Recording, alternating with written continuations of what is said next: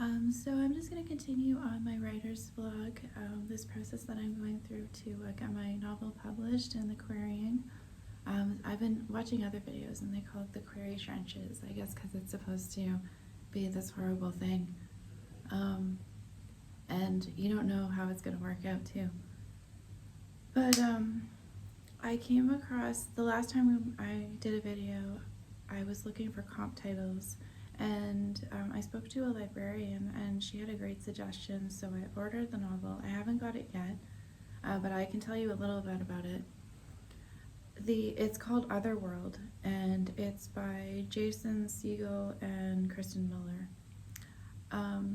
So from what I saw of the description, it is about a digital world where it seems really great, but then you could die there. You could end up dying, something like that. Now, I'm not sure if it's the same as my novel, but it does take place in a digital world, and greatest part about it is that it is a YA title. So as a comp, I think that that's really good. Now, the voice is really off from my book. Like, my book, whether it be Ready Player One, whether it be this one, it seems like as soon as you pick up and start reading it, you're like, oh, like as somebody who's not a gamer or a tech person, though I do sometimes do gaming, not extreme though. And I do like Star Trek, but I wouldn't say that I'm necessarily a geek, because I just have like so many other varied interests, and I don't know. But the thing is that I wouldn't enjoy this because I find that it's too boring. So that's, but I'm going to read the book anyways. But Ready Player One, I read that and I got through it. I really like the movie. But I read the book before the movie came out because it was a really comparable title to mine. Although this one isn't YA, so I wasn't using it as a comp. But the thing I find about the other books compared to mine is the voice is completely different, and my agent did want to know what the voice of my book was. So the voice is completely off because, like I said, you pick this up and you're like, oh, and it like literally tells instead of shows. It's a good story, but it's not something that I enjoy reading. I enjoy just random stuff. Like I was inspired a lot by Futurama. I love that show, and I often say, like, I don't know if this captures it, but I feel that Futurama is very realistic. I know that seems ridiculous to think that, oh, this like a cartoon about a robot who's like best friends with this guy who accidentally froze himself is realistic, but it kind of, for me, it's like life is just like this crazy random stuff, and people sing and do really weird things, and random things happen. So I think that Futurama, if you're watching it, you're not bored because you're like, oh, well, I could see that happening, or like, oh, it's such yeah, it's, the characters are really well thought out, and with mine, I didn't want to go with this trope type thing where you're having a gaming. Like, I wanted to get away from the gaming because what I'm talking about is not gaming. It's about the next stage in human evolution where we are literally creating our own afterlife and our own digital world, and generations have been doing this. And so that's where my novels start, where this has been around forever. It's just as real as this world is right now, even though some people say that like this isn't even a real world and we're already in this world. But I find that if you throw out objective reality, it's not really helpful, because if, for instance, you're not paying attention to any science because the sun isn't real, the earth isn't real, that we're just in a program, and where do you go from there? Like, how can you learn anything if you don't even know that the world around you is real? So I don't think that the world isn't real, personally. And if it isn't real, then I would be perfectly happy not knowing that it's not real because of how, like, this is what you've got to work with. And I don't think that it is helpful to think that way. Anyways, so with my book,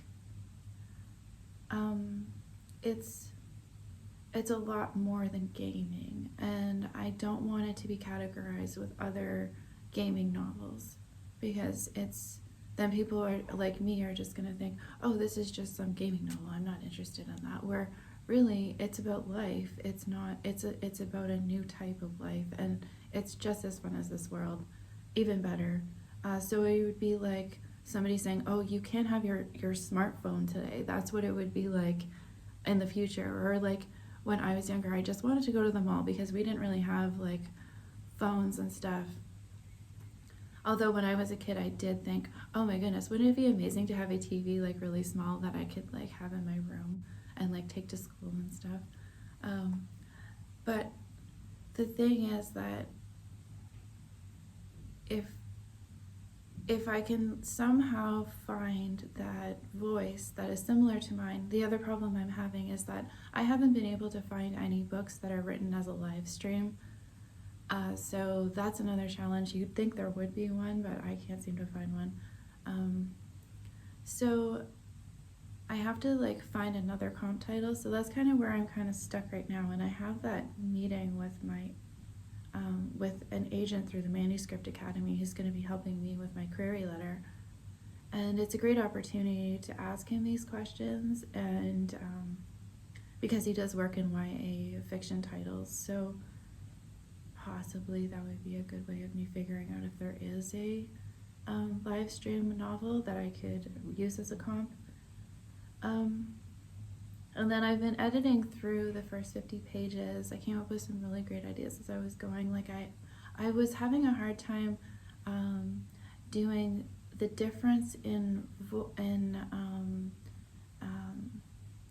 quits for the past where she's telling the story and the present where she's live streaming it, because I have people coming in to also live stream with her. So what I did is I used gamer tags, I used an @ and then put their name, but it would be a different name than what their actual name is. So that's and I thought that was really cool. So with that, I think that it really helps it to kind of like differentiate between, oh, the past, it's just I said, he said, whatever. They said. I should add some theys in there. And with the present, which is her doing the live stream, I have the @ symbols because it's a live stream, and people, when they're talking in the chats, they would be having the @ their gamer tag or their name. So I think that works really super well. And then so I'm editing through, and that's going really well. I changed that one thing where I wanted to have the boomer generation as the landlords on Earth. I think that worked really well, and it explains her move too.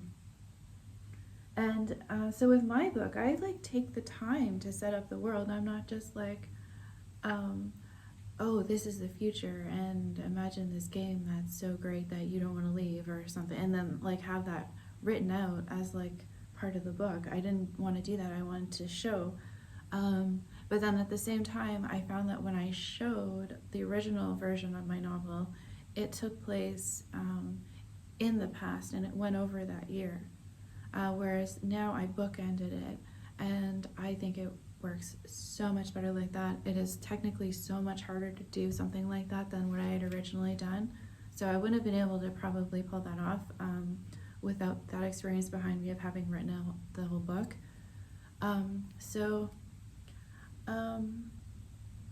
I really like how that worked out. I'm just gonna get my sunglasses. I lost them. So anyways, that's where I'm at right now. I'm just looking for comp titles, and